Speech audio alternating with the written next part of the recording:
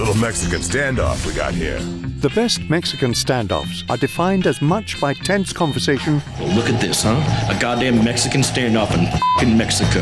as by firepower. There is some confusion over what exactly qualifies as a Mexican standoff, And a Mexican standoff ain't trust. Whoa, you need guns on me for it to be a Mexican standoff. and while there might be only one definition, there are many ways to shoot them. Ooh, guns. This is what is a Mexican standoff. But I shot a man in Reno. The terms standoff and Mexican standoff are often used interchangeably, but there is one key distinction between them. A traditional standoff comes down to skill. You need a count? Mauser. Whoever is faster or has better aim could walk away as the clear victor. But in a Mexican standoff, no participant has an advantage, and everyone is in mortal danger. The only two outcomes in these situations are to mutually agree to walk away There are other places to dig. or to start shooting. It's over. Let's start with the most straightforward example. Quentin Tarantino has made the Mexican standoff one of his signature scenes. In scripts he wrote like Natural Born Killers, Looks like we got us a Mexican standoff. to films he also directed, like Pulp Fiction, Vincent! Bingo! and in Kill Bill,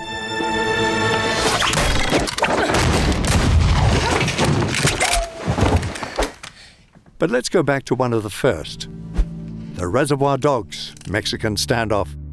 The presentation of this scene assumes an objective and neutral point of view. Dad, I'm sorry, but I don't know what the hell's happened. It's all right, Eddie, I do. What the f*** are you talking about? That lump of shit's working with the LAPD. How do you know all this? It was the only one I wasn't 100% on.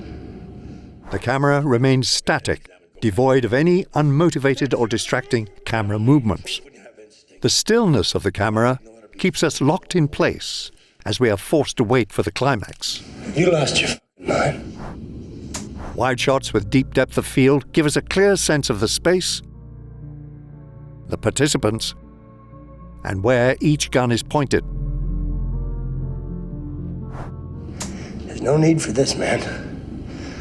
Let's just put our guns down and let's settle this with a fucking conversation. Joe, if you kill that man, you die next.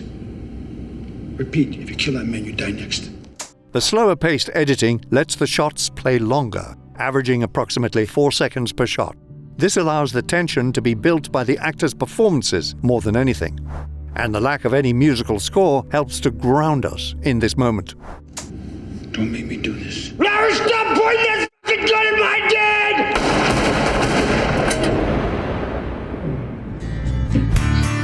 The Reservoir Dogs Mexican standoff is a textbook example. The presentation is simple and uncomplicated, but that doesn't make it any less effective. If you want to give the audience an objective experience, this might be the way to do it.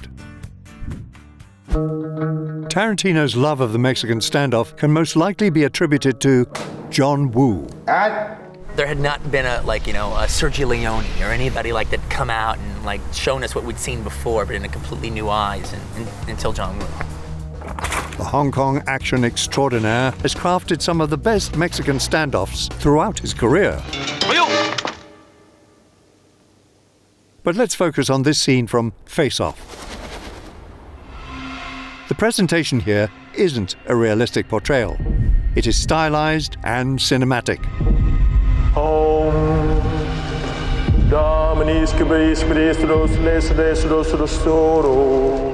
The exaggerated shooting style matches the film's over-the-top premise.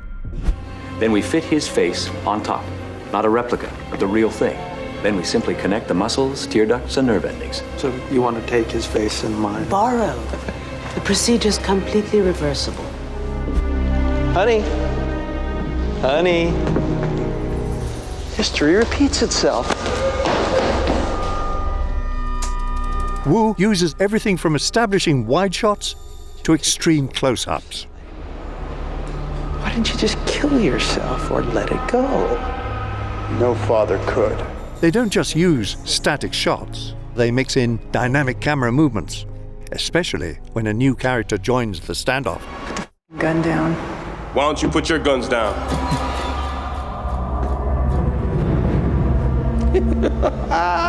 Whee!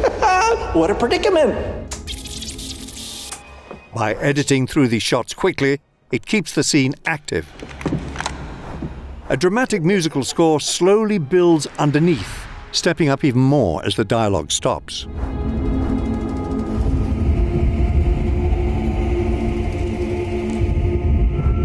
Finally, a couple of slow-motion shots to draw out the tension even more just before the melee ensues.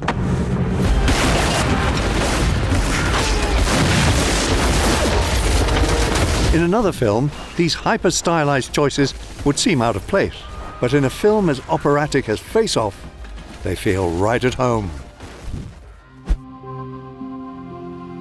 Let's look at our last example that splits the difference between neutral and hyper-stylized. The Wind River Mexican standoff is designed to make us feel the panic and confusion of those involved. Morning. Morning. Can I help you? Yeah, does Matt Rayburn work here? Yeah. You know where he is? That's what we're trying to find out. His girlfriend filed a missing persons report. Well, how can that be? I thought you guys found her in a snowdrift right before the storm. Excuse me? Well, I heard her name go out over the radio when you guys found her. I don't remember using her name.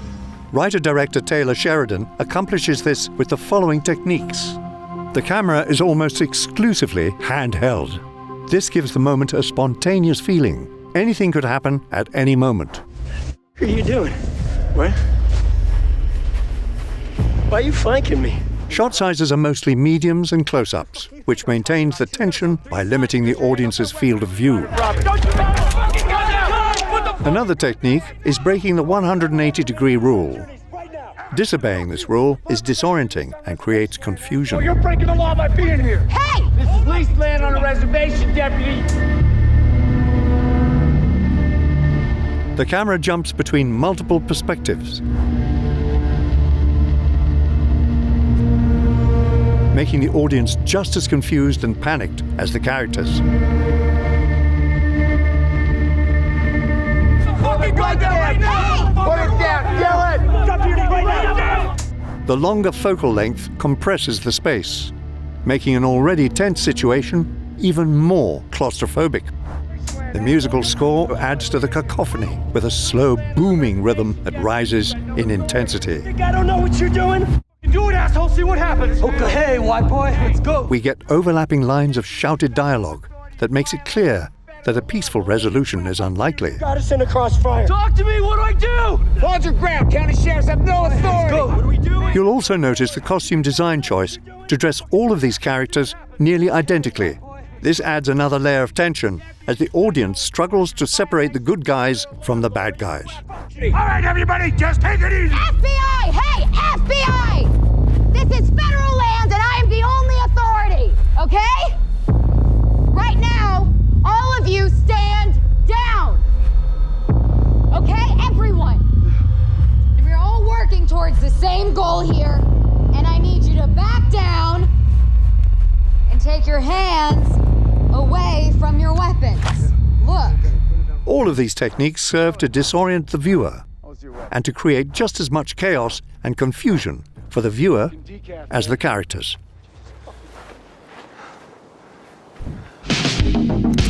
There are many different ways to shoot a Mexican standoff.